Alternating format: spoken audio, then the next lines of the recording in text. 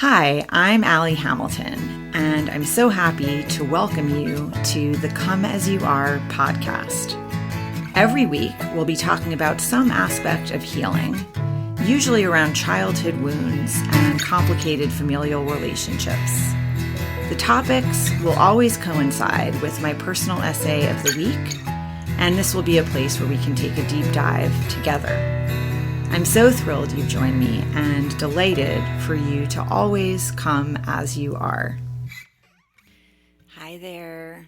Hi there. Welcome to our talk today.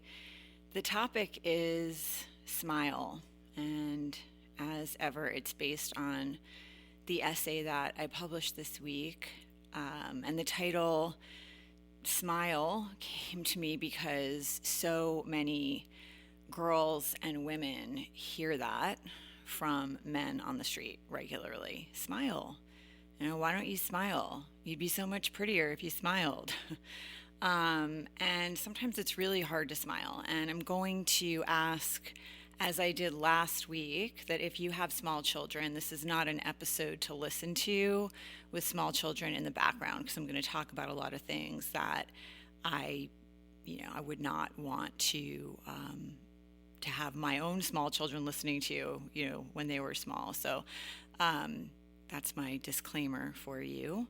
And I wrote both last week and this week about what it is like growing up as a girl or, becoming a woman in a culture that is constantly sending you messages about your value, your worth, the amount of power you have, where your standing is. And I grew up in New York City, and I was born in 1971. My parents got divorced when I was 4, and I started going back and forth a few months after that, once my dad had settled into an apartment nearby.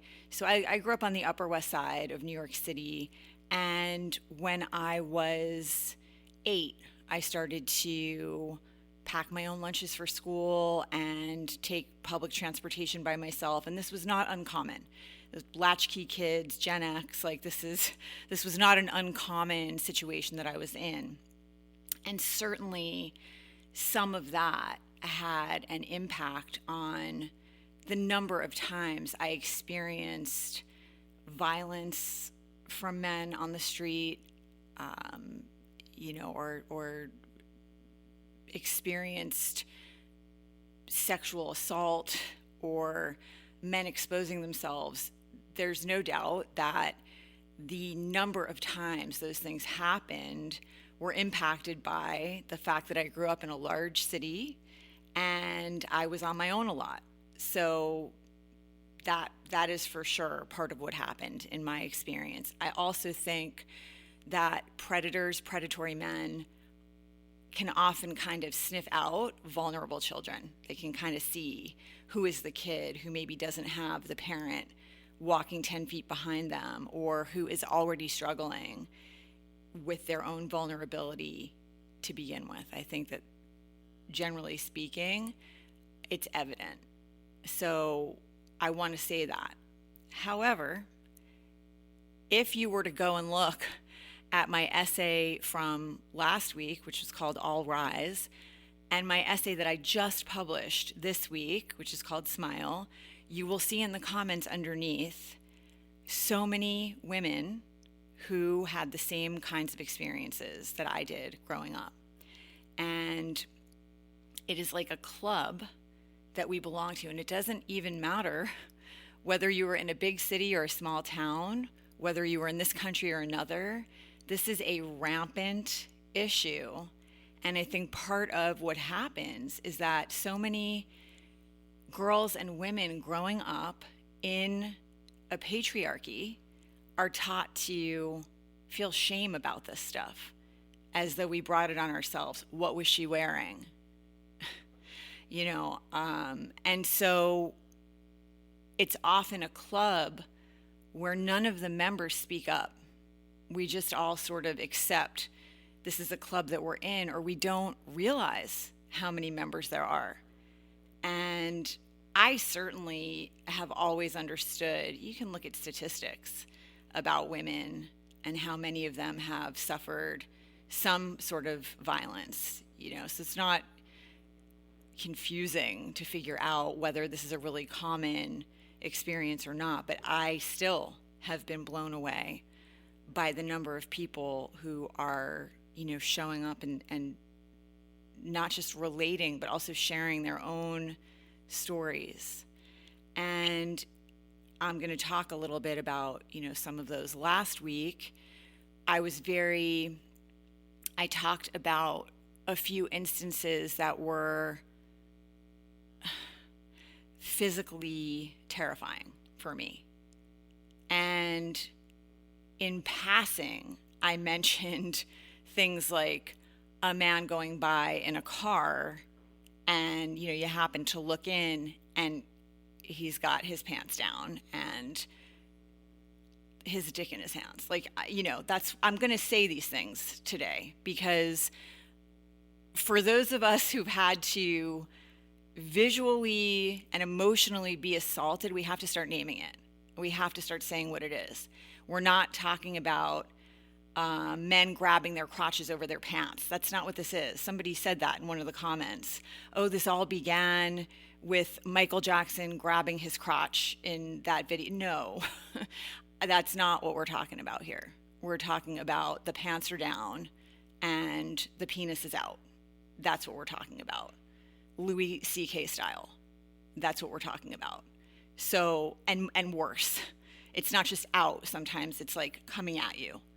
And I think part of undoing this is talking about it and being brave and naming it.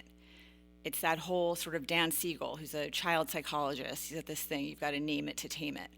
I think there is an element of just all of us having to speak up now and talk about the different ways that we have been made to feel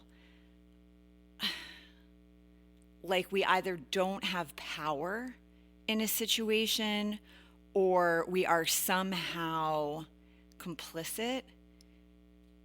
The shame, none of us, if you are a child and something happened to you, you are not the one who should be carrying shame in your heart, in your mind, in your body over that. You didn't do anything wrong.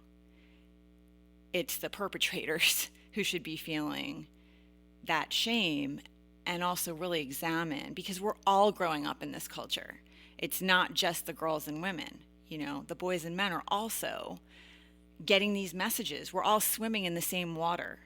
And I did write a lot last week about what that water looks like, and in the most benign situation, what the water looks like is you go to school and the rules for boys are different than the rules for girls. Boys are walking into a space like they own it. They're loud, they run, they high five, they sit down and spread their legs, they, start talking without raising their hands, or they raise their hands and they don't really have very much to say. And I'm not talking about all boys. Obviously, there are brilliant boys and, girls. This is not like a male bashing. That's not where I'm coming from. I have a son. I have wonderful men in my life. I am not a man hating. That's not what this is. But you got to talk about how things have been, so that if you want to shift something, you got to be able to talk about it. And that was certainly my experience and the experience of so many girls and women that I have spoken to over the course of my life, and particularly the last 30 plus years that I've had an online community. And I also have a daughter growing up in this world, and there have been times where even in kindergarten and first grade, there was a little boy who the teachers kept seating him next to my daughter because he had a really hard time focusing. And both in kindergarten, they're 5, and first grade, because by that point he loved my daughter and was attached to her, it was like her responsibility to keep him focused. And I had to stop that. I didn't realize till I was volunteering in those classrooms, both in kindergarten and in first grade. But I didn't realize how much this was happening until first grade, when I saw that in every, he was always being seated next to her. And that is not my daughter's job. I understand that our teachers are overwhelmed, and that also needs to change. And there are, too many kids and not enough teachers and teachers' aides and not enough funding. There's a whole bunch of things going on that need to be addressed. But our girl children, it is not their responsibility to keep the boys around them who are maybe, loud or fidgety or having a tough time, controlling when they speak, or if they're sitting down, or that is a grown-up job to figure out, what does this child need in order to absorb information and learn in a productive manner. That is not the job of a 5-year-old girl or a 6-year-old girl. So I had to advocate for my child and say, excuse me, this is not my daughter's job. And I say that with compassion for this kid. He's a sweet kid, but it is not my daughter's job to keep him on task. She has her own stuff to do and figure out. And I don't want her getting the message that her job is to be this nurturing caretaker who's going to help. This is not it. And so that's just a benign example, relatively compared to the other things that I'm talking about. But these waters that we're swimming in, it's everywhere, and it's for all of us. And so the boys are getting the same messages too. They can walk into a room and they can, be loud, and they can be rambunctious and, take up space. They don't have to wonder if they're allowed to do that. And that is not the same message that the girls are getting, by and large. I'm generalizing, but I have to, because it's a systemic problem and it's not new. Now, I do think that those of us who grew up in that generation, when we become parents ourselves, we are more attuned to what's happening. We are watching. I think that's partly the Gen X generation. The latchkey kids grew up, and some of us became helicopter parents. I worked very hard against that. I did not want to be the parent who was constantly, worrying and in fear and, on high alert. I didn't want that energy for my children, but I was certainly around all the time, and I was certainly watching and making sure that they were safe and that they felt secure. And I did not have latchkey children. I worked it out. I have been a working mom as long as I've had children.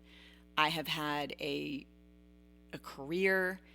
I have been writing books. I have been teaching yoga. I have a yoga and wellness website that I founded in 2009. I have been very busy, but I have been able to arrange my schedule so that I could be there with my children, pick them up from school, or to volunteer in the classroom, or to go on field trips. I've been able to do that. And I'm very lucky. Not everyone is able to do that. Some people are working office jobs where there are hours that need to be met. And so you figure these things out to the best of your ability. But also there we have problems because there is not enough support. Childcare in this country is so expensive. And if you don't get benefits from your job, I am, I'm a small business owner.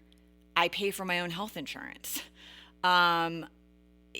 There isn't, paid time off in my situation. There are people who have paid time off, and they have to use sick days in order to be there for their kids when their kids get sick. So if you have a child who wakes up with a fever and you can't send them to school, and now you're supposed to go to work, but you can't go to work, we don't have enough support here for people in this situation. And there's also so much conversation right now about not just the mental load, but also just household, even in, let's say, heterosexual couples with children where both parents are working full time. There's a whole bunch of data and conversation about how the mom is still running the household, managing the calendar for everyone, figuring out where people need to be. Again, I'm generalizing. It's not every household, but it's the majority of households. So, and women are not being paid equally for the same job that a man is doing. They're being paid less, even if they're doing the job just as well or better. So there's a lot of, that's why I'm saying it's systemic. There are a lot of issues here, and we're not going to solve them all at once, but the conversation has to start. And part of the conversation is for everyone to understand how many girls and women experience some of the things that I was writing about this week in this week's essay. I didn't even include, the things that I was writing about this week in last week's essay, because these men that I was writing about this week, they're almost like also rounds. It's like there are the specific things that may happen to you as a girl growing up in this culture. And then there are things that are like part of your almost daily life. And they become part of your daily life because you always have to be on high alert. So, for example, I was writing about as a teenager, 15-year-old, I already understood that you needed to group men into two categories, dangerous and not dangerous. I already knew that as a 15-year-old, and I knew it because of a number of things that happened. And some of them I wrote about last week, like being 8 years old and going on a field trip to Central Park to, sketch a tree, and sketching the tree and looking up and looking down. I was with my best friend who was also 8.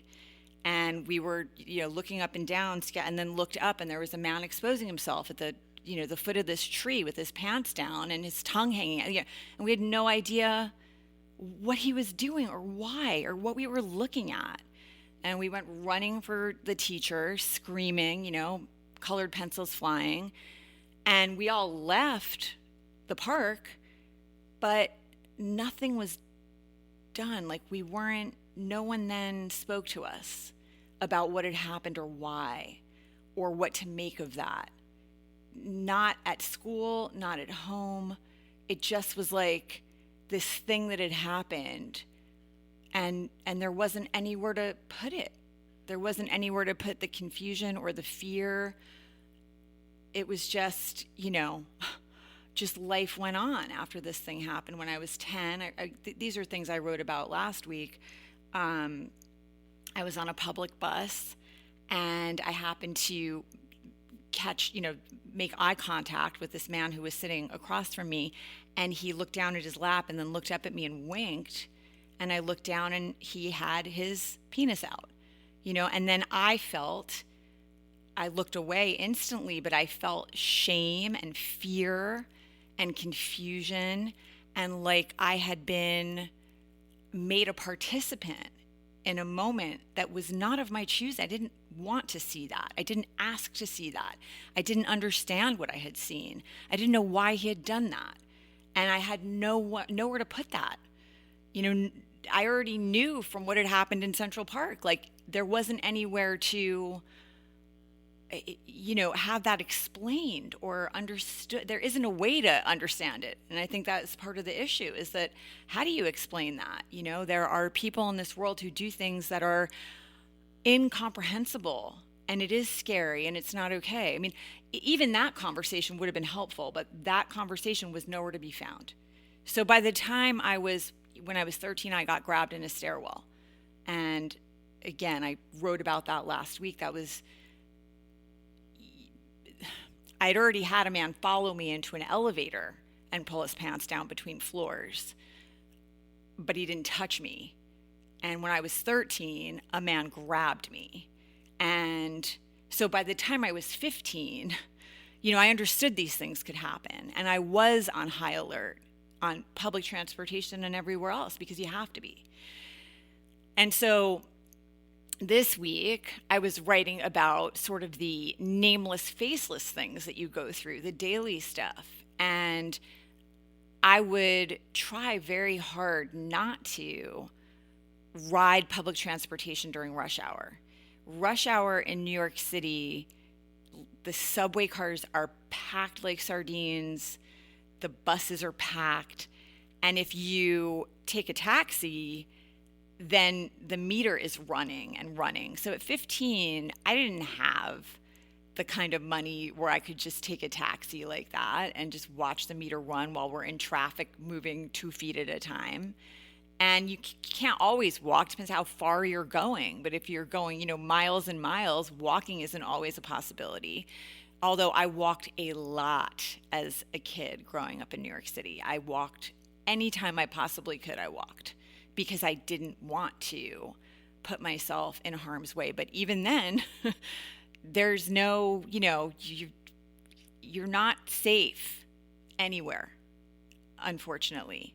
So I was writing about, that experience of being on a packed subway car or a packed bus and there is nowhere to go. You're not going to fall as the bus is lurching or the subway is, lurching. You're not going to fall because there are people literally like right up against you on all sides. And the one time that I happened to be right was not the only time this happened. This happened many times. It's how I knew what was happening. I was holding the sort of communal pole, the doors open in case you haven't ever been on a subway in New York City, and you're packed in, and there are places to hold on. If you're not going to get a seat, unless you happen to get really lucky, you're not going to get a seat. And if you do get a seat, people say all kinds of things about New Yorkers, but I'm going to tell you, most New Yorkers will give their seats up. If an elderly person comes on, if someone who has any sort of difficulty standing comes on, if someone has small children that they need to be holding, people will get up and give their seats to the people who need them. But so there are like communal poles every, I'm going to say like 5 feet. And then there are straps hanging down from the poles that are like over the seats where people are sitting. And so if you are on a subway car or a public bus at rush hour, you're probably going to be in a situation where you are either holding on to the strap or you're holding on to the communal pole. If you get lucky and you're in a seat, then you're lucky. But if someone gets on who needs it more than you do, then you're going to be standing up. So I often found myself, when I couldn't avoid being on public transportation during rush hour, in the uncomfortable position of trying to figure out, is the man behind me rubbing up against me on purpose or by accident? Is he dangerous or not dangerous? Am I feeling the corner of his briefcase against the back of my leg, hip, ass, or is it his heart on? Like, what am I feeling right now? And there are men who ride the subways and ride the buses at rush hour in their sweatpants with no underwear because the opportunities are all around them. And that is not, then you are a girl, teenage girl turning into a woman, or a woman trying to figure out, am I feeling what I think I'm feeling?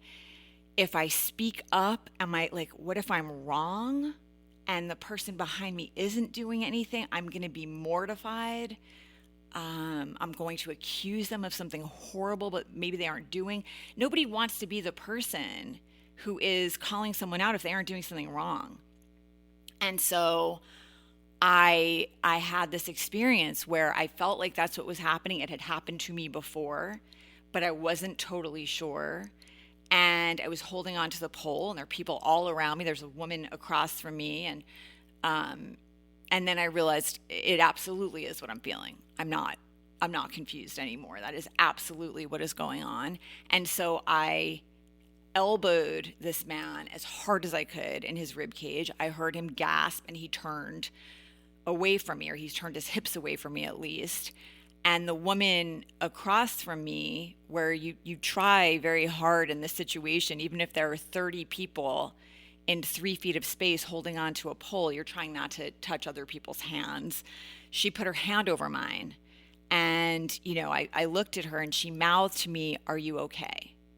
And, I nodded, but I'm not, no, no, I'm not okay. How could I be okay? Like, how can any of us be okay? And she's mouthing it to me like it's a secret. Like she understood what had happened. She saw. And even she as a grown woman, is not calling it out, is not saying, hey, like, that is unacceptable. Don't touch her. She's not calling it out. She's checking in with me to make sure I'm okay. And then she leaned in to let me know, because I can't see behind me. That's how packed in we are, that he has gotten off the train at the stop. And she said, "Good job," to me. That is like the most validation and solidarity you get in those situations. And that isn't a club any of us should be willing to be a part of. But as a girl, you're trying to figure it out, And I also wrote about when I was 12, the husband of a very close friend of my mom's showed up at the apartment. Of course, I buzzed him up, and he was standing. I said, "No one's home. It's just me." And so then he was standing there in the front door talking to me as a person who was like at our house all the time, and always there, like with his wife and their kid. And so this is almost like an uncle, it's like a family. I've known this man since I was 8 years old, and now I'm 12. And so he's standing there and he's talking to me, and it's feeling a little weird. He seems like a little nervous, a little strange, but I'm just, I'm 12. And then he says to me, "You're so beautiful." And it's starting to get really like uncomfortable for me. And then he asked me if he could kiss me on the cheek. And I had grown up with parents who taught me to be polite, to be a good girl, to never offend anyone. And I did not want him to kiss me on the cheek. It felt strange and weird for him to be asking. The whole thing felt weird, but I didn't want to offend someone who I'd known for so long, who was such a close family friend. I'm like assuming that it's me, like I'm just having weird feelings. So I said, "Yes, sure." And he did. He kissed me on the cheek, and he left his lip. I can still feel it. He left his mouth, his lips on my cheek for far too long. And when he backed up, his face was bright red. My cheek was wet. It was just disgusting. And I felt so uncomfortable. And he said to me, like, "I hope I haven't made you uncomfortable." Yeah, it was just all wrong. And he left. And when my mother came home, I told her, I said, "This really weird thing happened, and I described it to her. And I'm like, I don't know, like maybe I'm wrong. And she said, "You're not wrong. I have seen the way he's been looking at you. You are not wrong," which was so helpful. It was so validating. And it was one of the only times she could do it for me. I don't know why. I don't know if it was her rage that the husband of a close friend was doing this. I don't know. But she called him directly. She didn't call her friend. She called him. And I heard her on the phone with him. And she told him not to ever come to our apartment again when she was not at home. She said he had made me extremely uncomfortable. She was very angry. And to, keep his hands off of me and to watch his step, because the next time she was going to say something to his wife. So she did that. And that helped me have a context. That helped me understand that, yes, that felt wrong in your body, and that was wrong. Like your mother is validating that was wrong. That helped. And unfortunately, she was not able to do that for me consistently. And I don't know why, and I'll never know why, because she was not able to, my mother was not either able or willing to have hard conversations like that. I think she really struggled with the harder things in life. I think she was very, very smart, my mother, and very savvy, but she wasn't a person who was ever gonna go to therapy, or she was an alcoholic. I think that a lot of that was fueled by her rage and the fact that she had nowhere to put it. It was seeping out all over the place, particularly toward me. And I think it was very layered and deep. And those are some of the main themes I'm writing about in my memoir, is like this relationship with my mother and how like painful and confusing it was in so many ways, even though we loved each other. I know she loved me, but I think that her limitations as a person often, unfortunately, made it hard for her to show up for me. And I was often confused because it seemed like she was enraged with me. And I think she was on some level. I think in her mind, I had ended her marriage to my dad. And I think that she was really in love with him. And I think that he broke her heart in a very profound way. And kind of a lot of her old trauma came to the surface. So I do think subconsciously or consciously, she did blame me for the end of that marriage. And I think that was part of her rage that was directed toward me. And then I think she had so much rage toward men at large and toward a culture where here's my mother who, at 28 years old, her mom has just died. Her husband, who had cheated on her rampantly, has left. And she is 28 with a 4-year-old in New York City, trying to figure out how to keep a roof over her as she went right into the workforce. She went right back to work and managed to do it. And she was also, I think, very much on the hunt for a husband, because at that time and in her mind, she felt that was the best way to make us secure financially and otherwise. And this idea that you need a man in order to be safe in this world, I think, was very much ingrained in her. And so, but I mean, she is the one who got out there and made sure we were okay. And that continued even after she married my stepdad. My mother worked her entire life. She never stopped. And she ran the household and she ran everything. She was very controlling. I think that was part of her attempt to try to stave off horrible things. So, but it was a confusing experience being her daughter.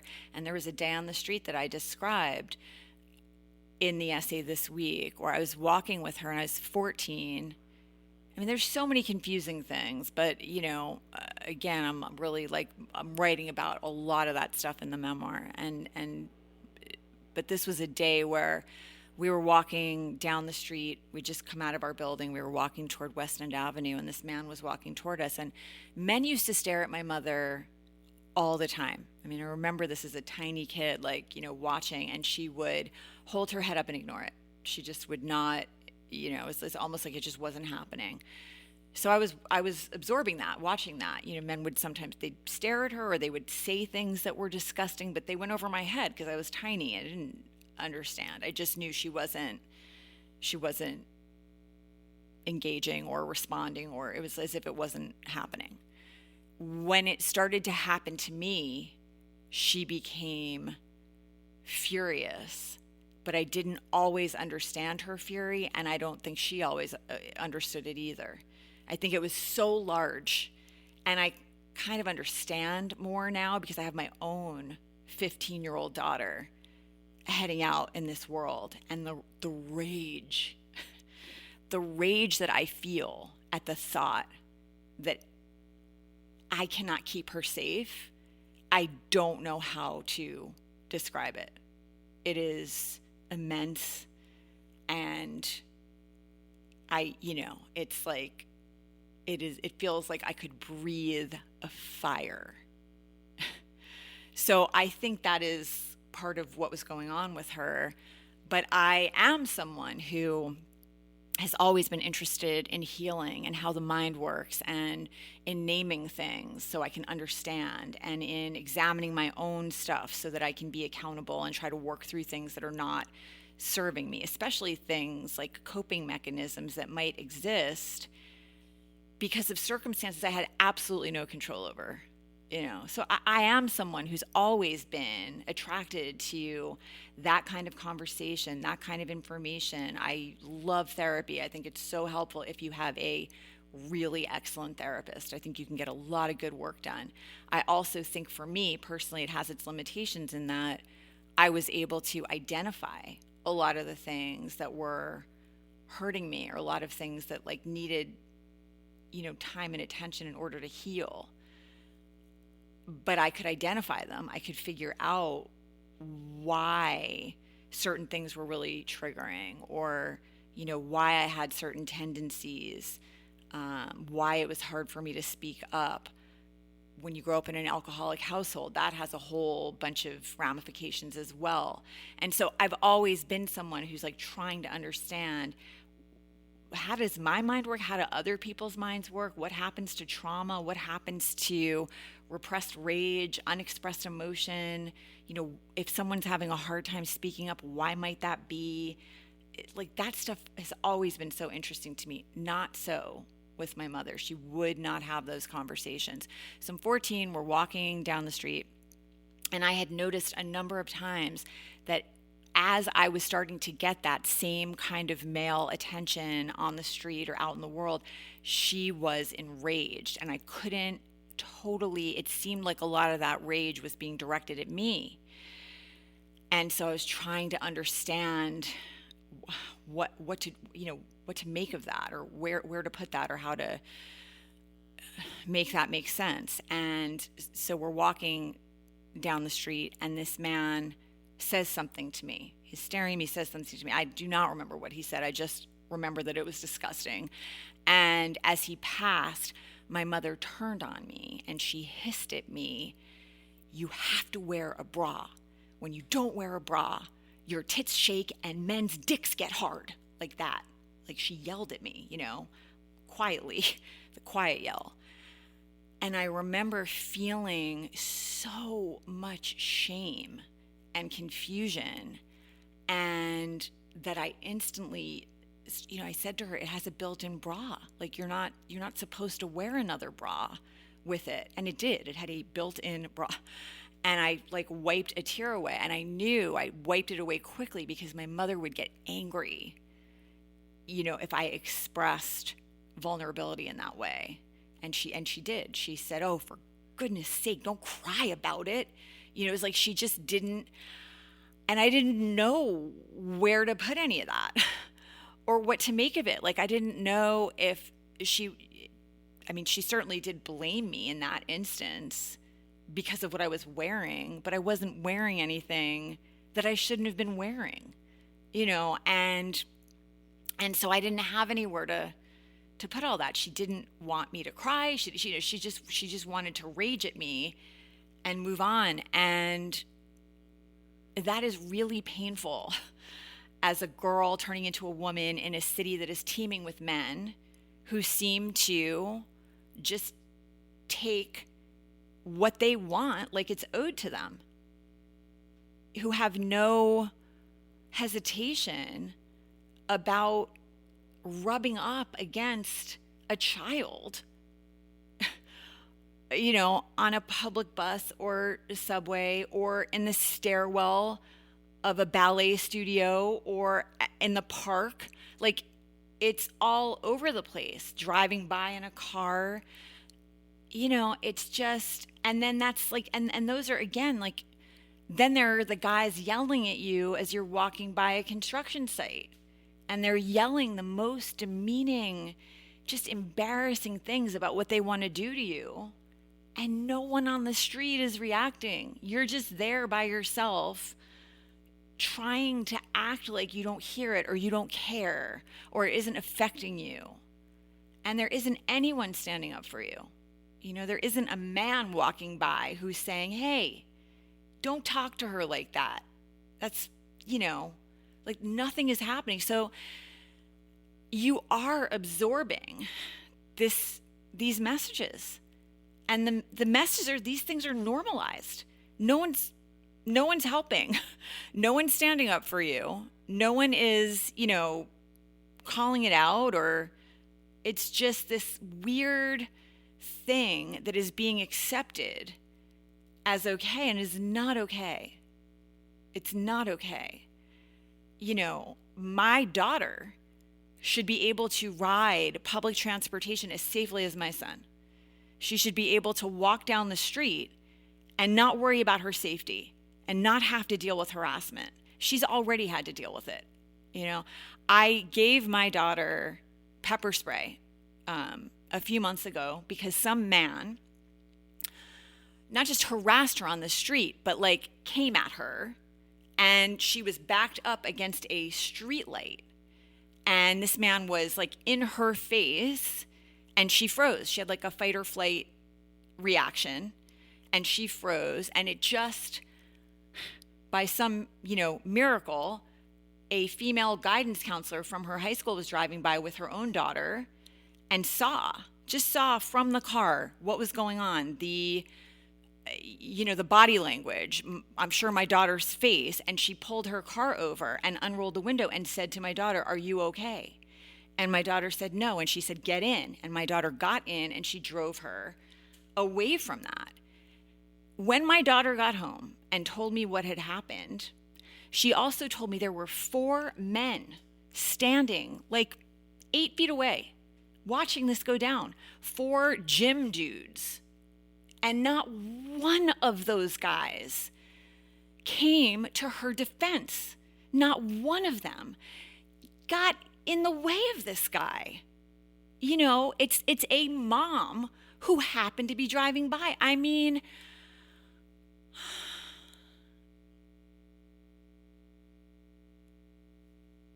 yeah. I cannot.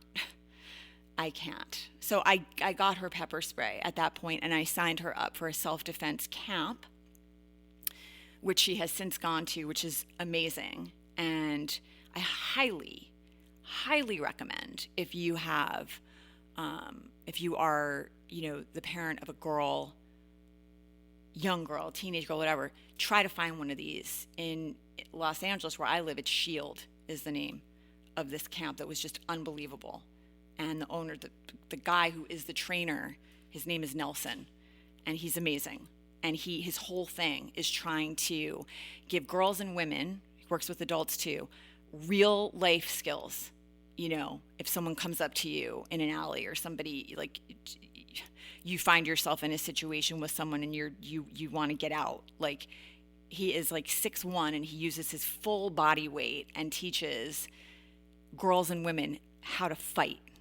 And you're damn right, I signed my kid up for that. And she's going to continue working with him.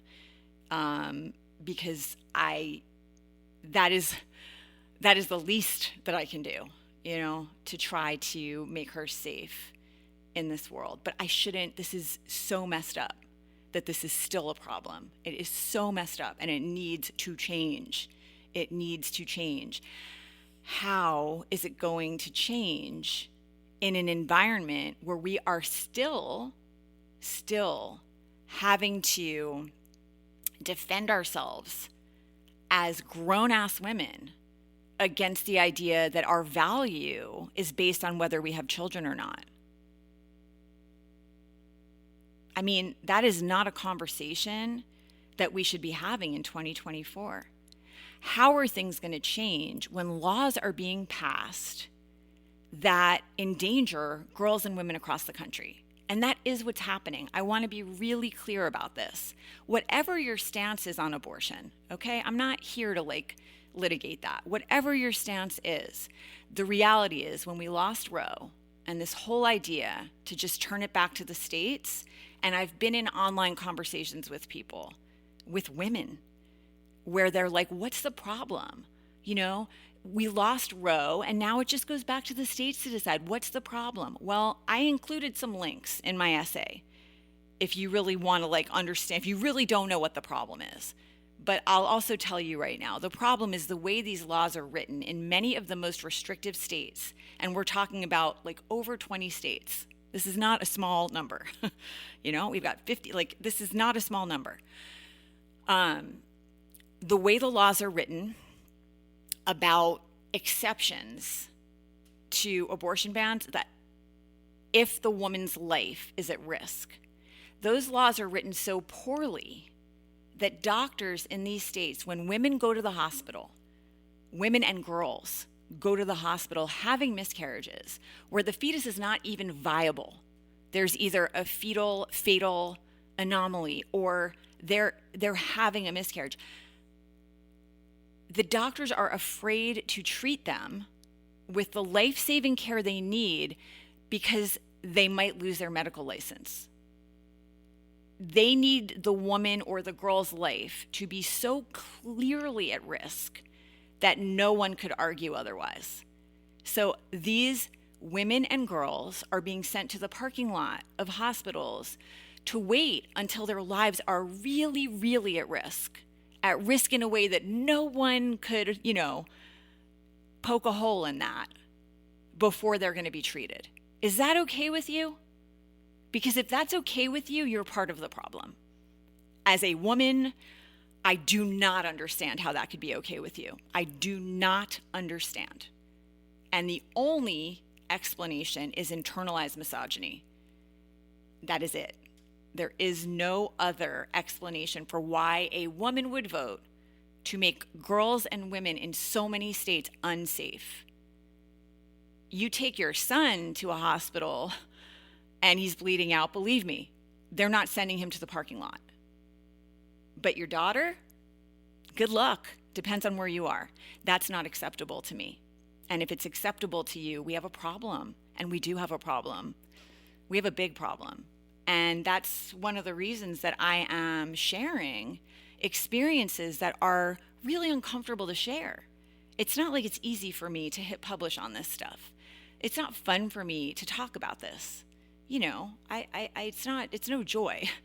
But I really think we are at a moment in time now, because we're being forced once again to talk about what a woman's worth is in this country, what a girl's worth is. I think that it's time to start sharing, some of these really ugly, unacceptable, normalized,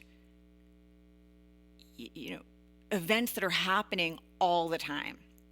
And it is not just in big cities like New York, and it is not just latchkey kids, where the parents are working. It's everywhere. And if you don't believe me, go and look at the comments under the essays from last week and this week.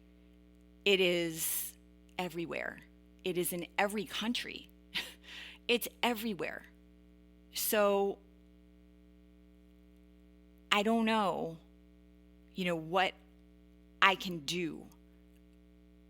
Obviously, I am not delusional enough to think that I can save democracy by writing essays, okay? I'm not, or doing a podcast. I'm not confused. But, I am certainly going to do everything I can in my own power to talk about this as openly as I can. And there are a lot of women talking about the shame, and I think that is part of what happens, is that repressed rage makes us all sick in so many different ways. For me, I ended up getting horrific migraines for years and eating disorders. And then you're getting all that other, all those other messages about your worth and are you thin enough? It's like are your boobs big enough? Is your waist small enough? Like your ass, your hair color, it's like your weight, all these things that you're being reduced to an object, and you're supposed to cater to the male gaze because that's what gives you power in a patriarchy. That's what gives you value. Well, that's bullshit. Like, that's not my power. That's not my value. I'm a whole human being here, and I have just as much to offer as any man. Like, I'm not here for someone else's consumption, and neither are you. And I know there's just like this whole upsurge, like in our country. I can talk about what's happening here because I'm living here. There's trad wives and like all kinds of things going on now. There's a big kind of faction of people who would really like women to go back to the kitchen and be homemakers.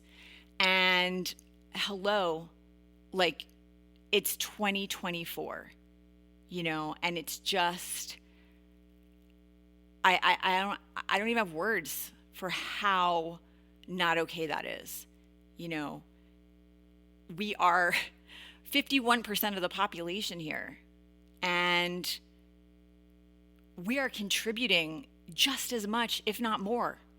And it's like, I don't want old white men making laws about what girls and women can do across this country. And I cannot believe that that's what you want either. I know that most of the people that are reading what I'm writing or listening to what I'm saying don't want that. They wholeheartedly don't want that at all.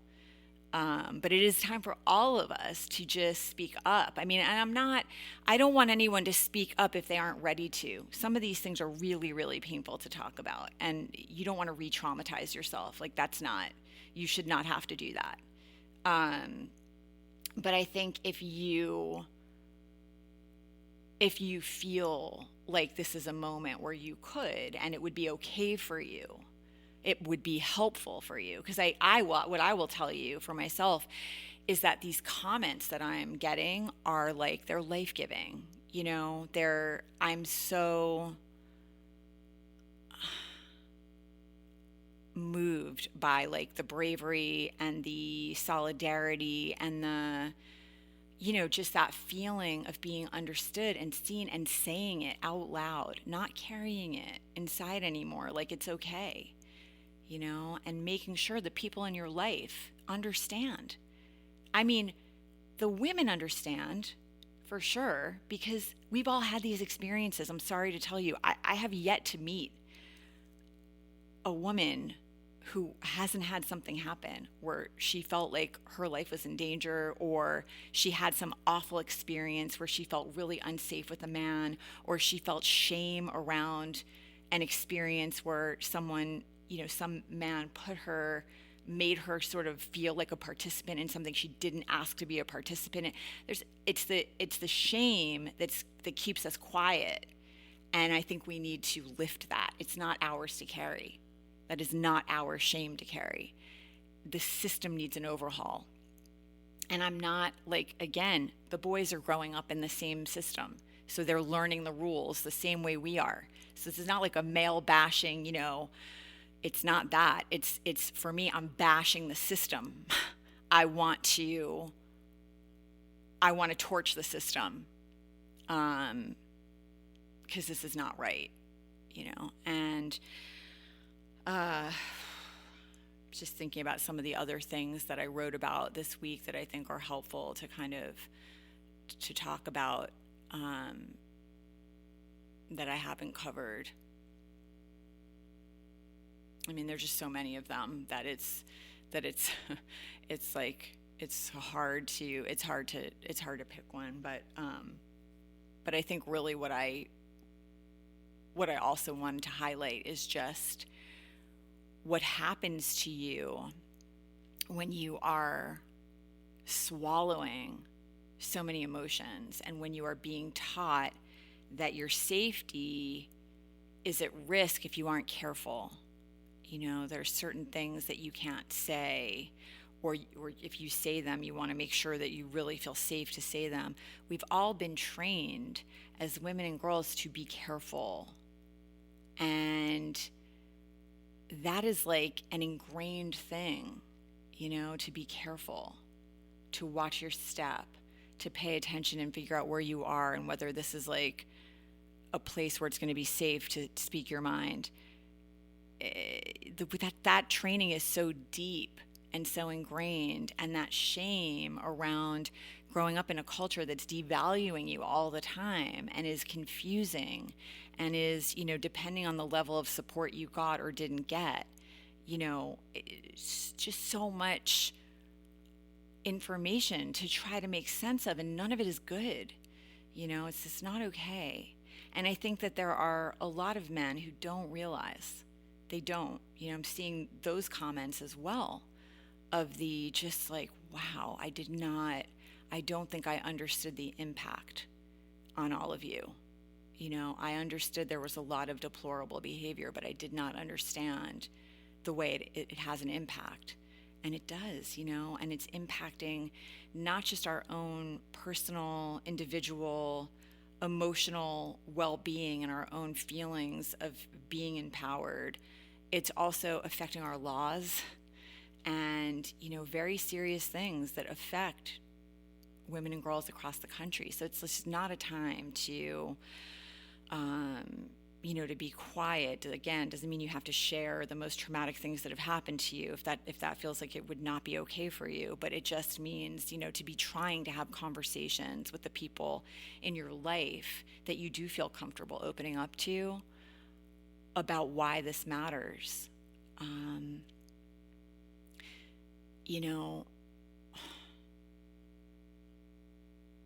Yeah, I think I'm gonna leave it there. But there's no way that I personally can be quiet right now. There's just too much. There's too much on the line, and it is not about. There's so many wild things that are written around this topic of abortion and things people are saying that are not it. About abortions in the 9th month. This is not a thing. Okay, there are stillborn births that are absolutely devastating for women to go through. That is the only scenario where a full-term baby is just please, if you are confused about any of this, please educate yourself. You don't have to take my word for it. But really, please understand what is happening right now, because it's not okay. And I hope that this has been meaningful for you. And if you have questions, if you have feelings, I am very easy to find. I am so open to having respectful conversations with anyone. I really am. But there is no way to grow up in a culture like this and not have internalized misogyny. It's just, and to be able to look at it and work through it. I'm 53. It's taken me a really long time to get to a place where I'm like, hell no, that's not okay. And I think part of what I was going to say is that this next generation, I think that they are in a better position than we were, because we do parent differently. I think a lot of us, even if we don't talk about why, we do parent differently. We do show up for our children differently. And so I do think that they're in a better position, but they're not in a better position if we don't protect them. If we don't protect them from a very too large percentage of people who want to shore up and then increase the level of patriarchy we're dealing with here. We're not going to be able to keep our girls and women safe if we allow that to happen. So anyway, thank you for joining me, and I'm sending you lots of love in a very painful time. It's not easy, and I hope that you are being good to yourself and trying to be gentle with yourself, but also seeking out a community of people who understand you and want to support you. And I'm certainly, that's certainly me. So yeah, until next time, take care out there.